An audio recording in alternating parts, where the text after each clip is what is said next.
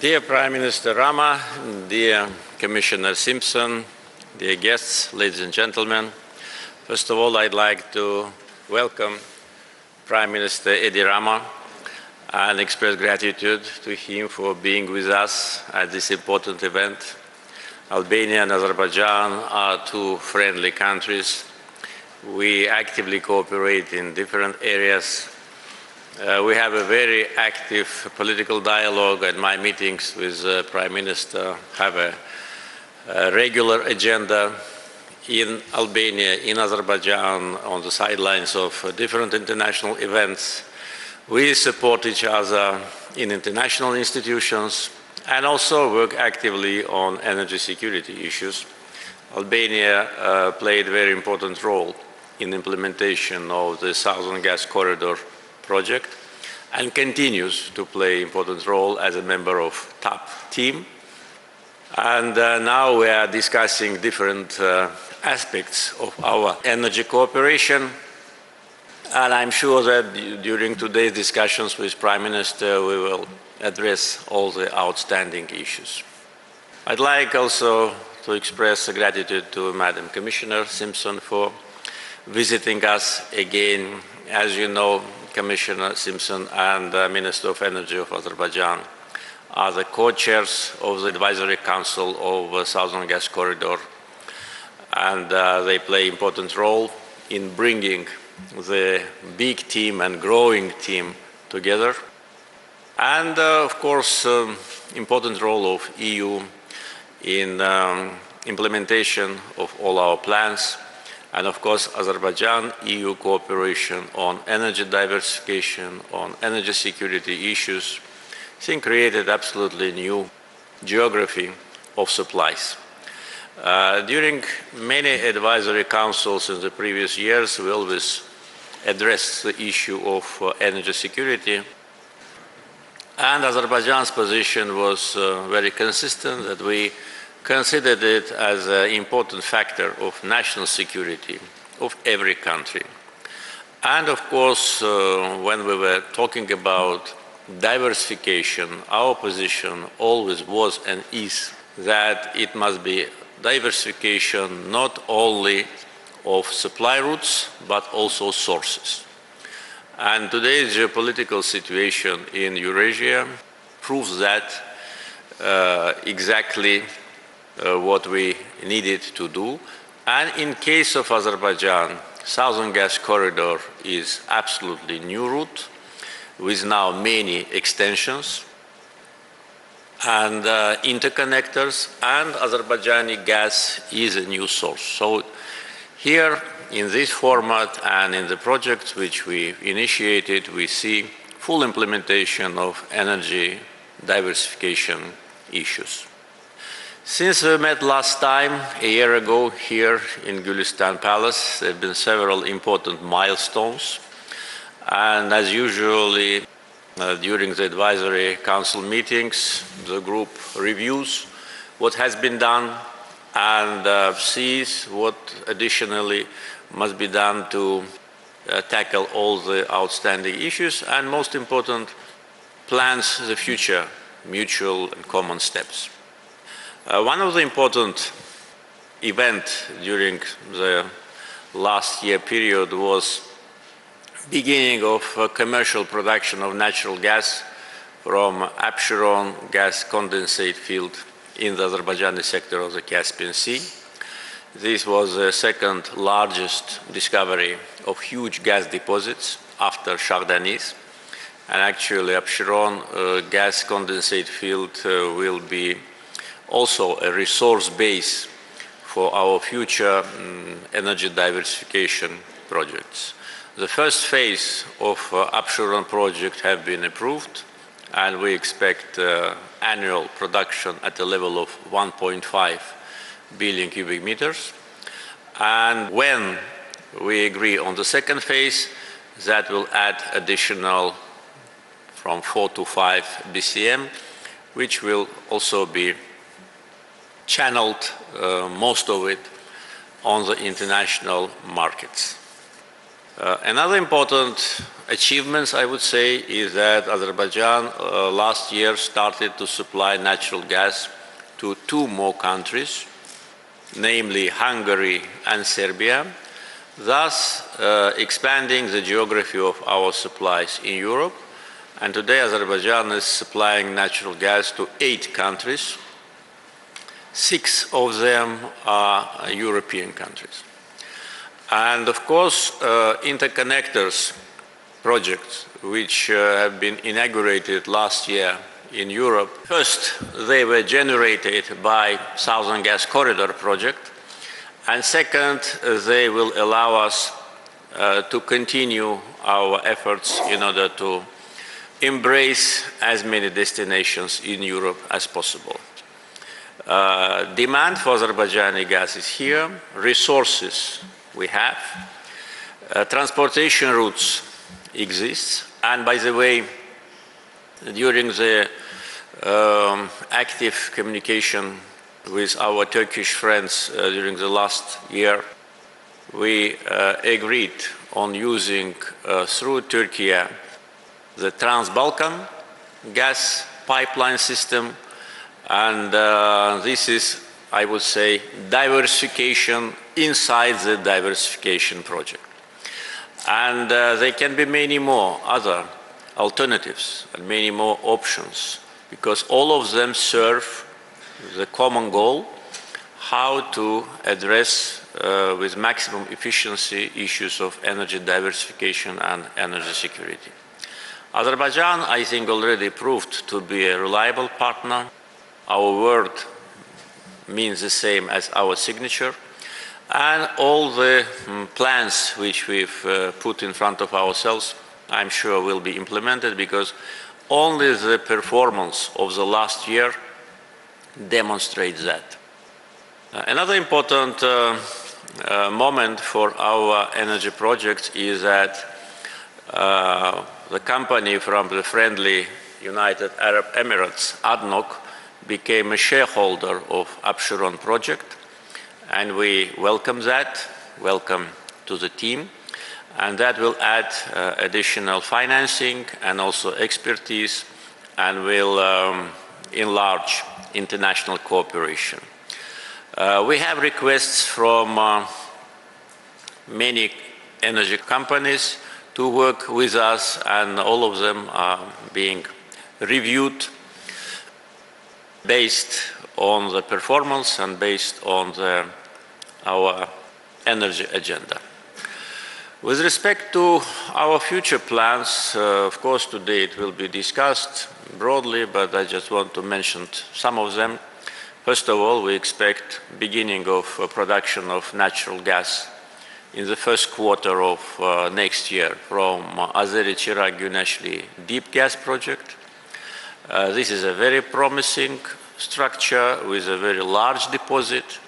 For many years, Azeri-Chirag-Güneşli is a main source of our oil exports. And now with these huge gas deposits, which we already agreed with our partners to explore, that will be additional contribution.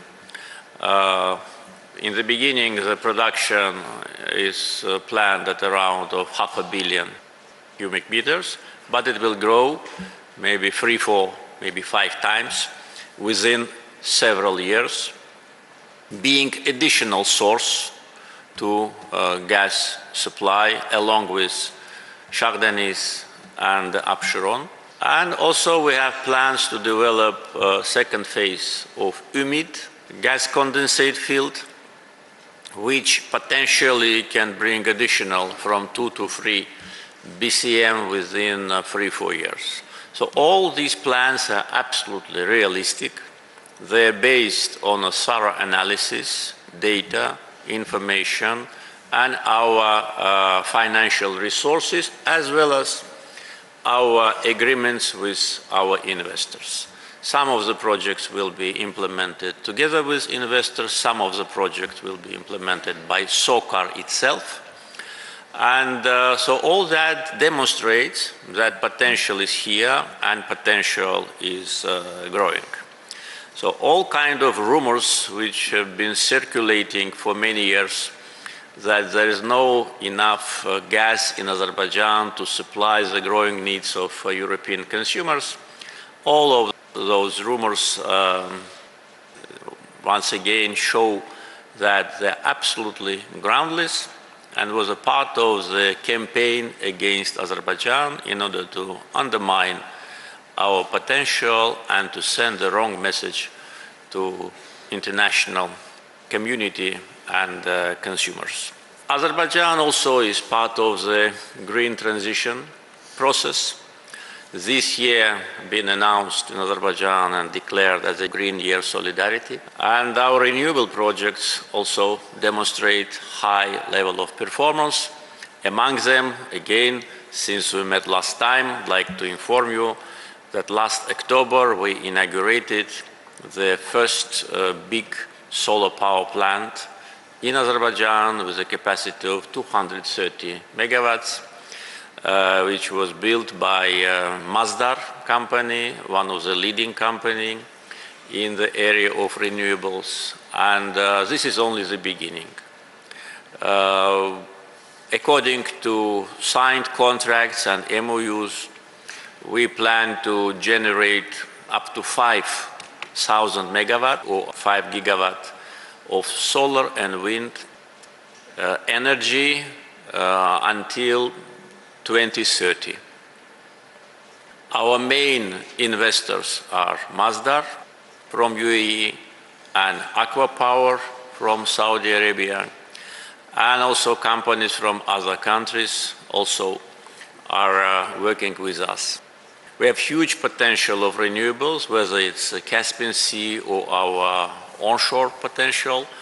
And as you know, with this Black Sea Green Cable project, we plan to become also an important exporter of green energy to Europe.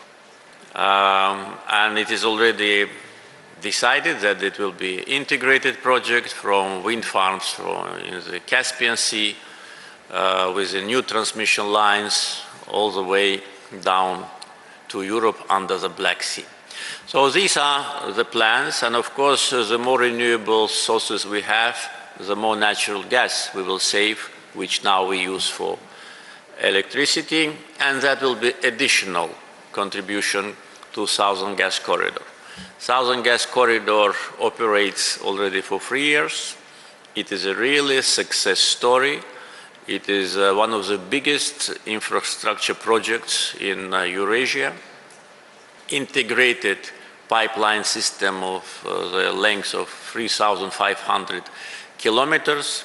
This project is a project of energy security and a project of cooperation, because without cooperation between all the countries which are situated on route of the Southern Gas Corridor, it would have been possible to implement this project. So we come to an important point where we see energy and fossil fuels as an instrument and a means to build partnership and cooperation. And last point on fossil fuels issues. We now see a kind of a trend that fossil fuel is something which brings only problems. We need to be fair, and also need to be fair with the countries rich with oil and gas. It is not the fault of these countries that they have oil and gas. They must not be blamed for that and discriminated. I think the performance of the countries with fossil fuels must be judged by how they address the issue of environmental protection, how they address the issue of green transition, and only after that, after fair analysis, the judgment can be made about these countries. Otherwise, we will see kind of a dividing lines between oil and gas producers and those who do not have these resources. And talking about that, of course, I'd like also to draw your attention to the issue of financing, taking into account that we have representatives of the leading financial institutions of the world here at this table. The financing of the expansion of Southern Gas Corridor and any other project related to natural gas must be done in such a way not to undermine our main target. There was and there is a big demand from Europe for Azerbaijani gas. We have been approached by many countries. As I said, 6 already are recipients of our natural gas. There are several more where we have negotiations. And the gas is needed, and we have resources, we have infrastructure. And I think that the financing from European financial institutions, at least, of this project must be done based on a realistic approach and should not be overshadowed by a general anti-fossil fuel trends. We all know what is happening. Azerbaijan, as I said, is in active phase of green transition, but at the same time, no one can ignore the fact that without fossil fuel, the world cannot develop, at least in the foreseeable future. And the last point, Azerbaijan has the honor to be a host country for COP29. As soon as the decision was made in last December, immediately we've been attacked by different NGOs, media, etc., only for one reason, because we have oil. And that was considered to be our biggest fault. So as I say, it's not a fault, it's a gift from the God. But we've been attacked that how can a country rich with fossil fuel be a host of COP? And let's look at it from different angle. Yes, we have enough oil, we have enough gas, we can live without renewables for coming 100 years. All our reserves are proven, everybody knows that. But the fact that we wanted to host this global event on climate change demonstrates our will. We must be praised for that and not attacked. We did not do anything wrong, but as soon as the decision was made, immediately we faced a coordinated, consolidated, and very unfair attack on us. There have been many attacks on Azerbaijan in the previous years. We have a very thick skin. We can protect ourselves, but I just want to inform you that the decision, a unanimous decision, to organize COP29 in Azerbaijan is a sign of respect of international community to our country, and our willingness to be a host and to contribute demonstrates our green agenda. So I will conclude now. Once again, thank you for being with us, and using this opportunity, I'd like to invite you all to be our partners on this important journey to COP29. Thank you.